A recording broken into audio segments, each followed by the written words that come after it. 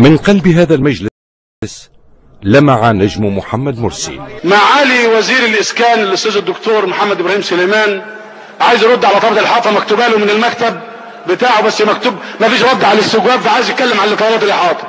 لما أنت مش جاهز بترد ليه؟ أنا مش هعلق على ما قاله الأخ العزيز الأستاذ محمد مرسي على المكتب بتاعي كتب ايه قبل ايه ورديت على طلبات الاحاطه ولا الاستجواب، لان احنا واقفين جايين نرد على جميع ما اثير في المجلس الموقر يعني. فاحنا يعني ما يعني انا مش هعلق على الجزئيه دي، لكن حظك ان انا مهندس فهعلمك كذا حاجه.